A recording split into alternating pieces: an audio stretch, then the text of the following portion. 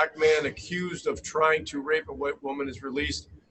White mobs in Washington, D.C. attack black people, killing 40 and injuring 150 people over 4 days. So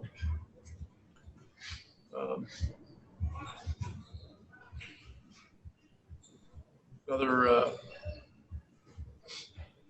event that is not very much fun to read about. Go ahead, Alan. All right, Eddie, you can get us started today.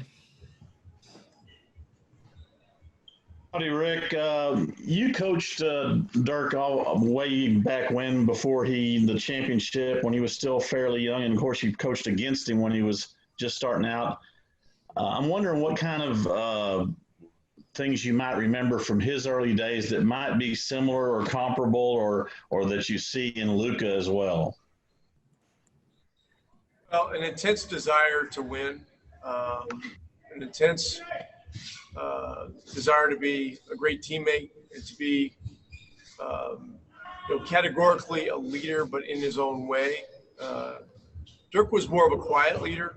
Luka's emerging as, more of a vocal leader, probably categorically than Dirk was, and it's not surprising, simply based upon the fact that the positions are so different. When you're the point guard, you have the ball, and everything kind of runs through you. And so, as we've gone on in practices here, Luka's done a great job of leading, the entire team, leading whichever team he's on a given day. We're doing a lot of changing the teams around.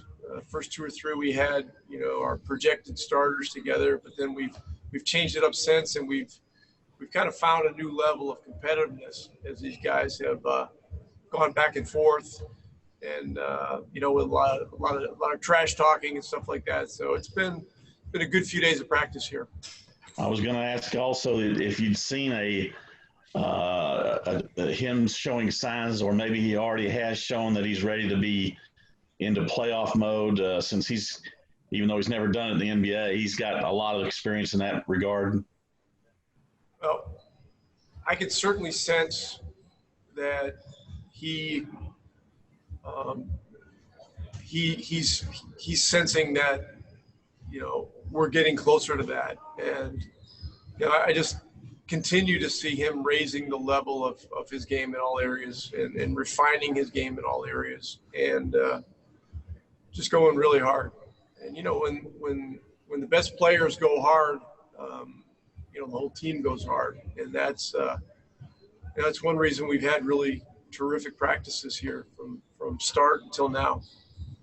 Okay, Brad, straight out of quarantine. He just cleared quarantine. Brad Townsend, go ahead. Coach, can you tell us what you'll be looking for in that first scrimmage?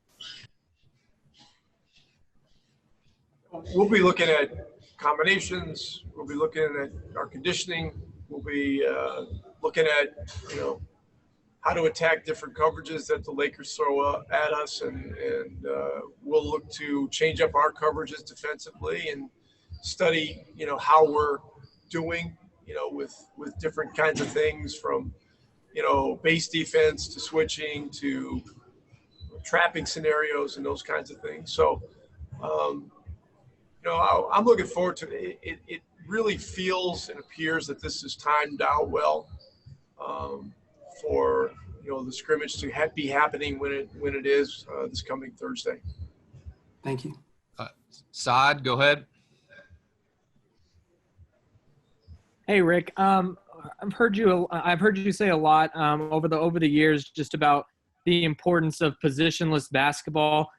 When you have some of the depth issues at your big men, how much more important is it to have that versatility across the board where people can play so many various positions? Yeah, it's important, really, just to start with. So many teams now play a 5 on the perimeter scenario where all spots are interchangeable. We're similar, but with our numbers being down, with Powell unable to play, and Cauley-Stein not being here. It's we're going to have to be ready to be creative. Like today, we had a scenario where Finney-Smith was playing some 5 during practice. He's got a good feel for it. He's got a good feel of mixing up, rolling and popping, and he'll shoot the ball really well. So, we'll continue to look at all that stuff, and who knows, maybe we'll get an alignment out there with all guards. We'll have to see how things go. Okay, we'll go one more question. Dwayne Price. Go ahead, Dwayne. Hey, Rick, can you hear me? Yep, go ahead, Dwayne. What do you admire about a guy like Antonius Cleveland, the way he keeps coming back year after year when he's only played less than 30 NBA games so far? Yeah, he's done a terrific job here. He knows who he is as a player. He's a 3-and-D guy who's 3-point shooting is getting better and better.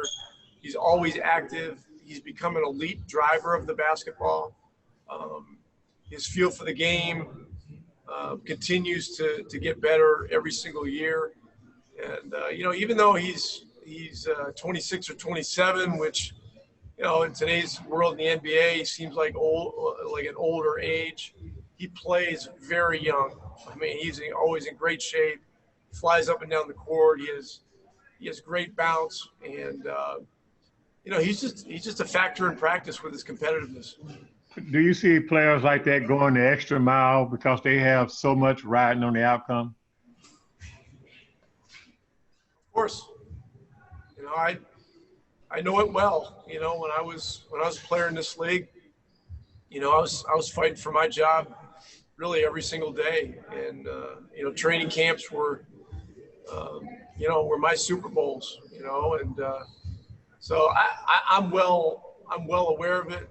I'm very familiar with it, but I love his concentration, and I love his commitment, and he's shooting the ball better and better. I'm really impressed with that. Peter Patton's done a great job with him, with his simplifying technique, and getting his confidence really going. So, a lot of good things from AC. Okay. Thanks a lot, Coach. That's it for today. Appreciate it.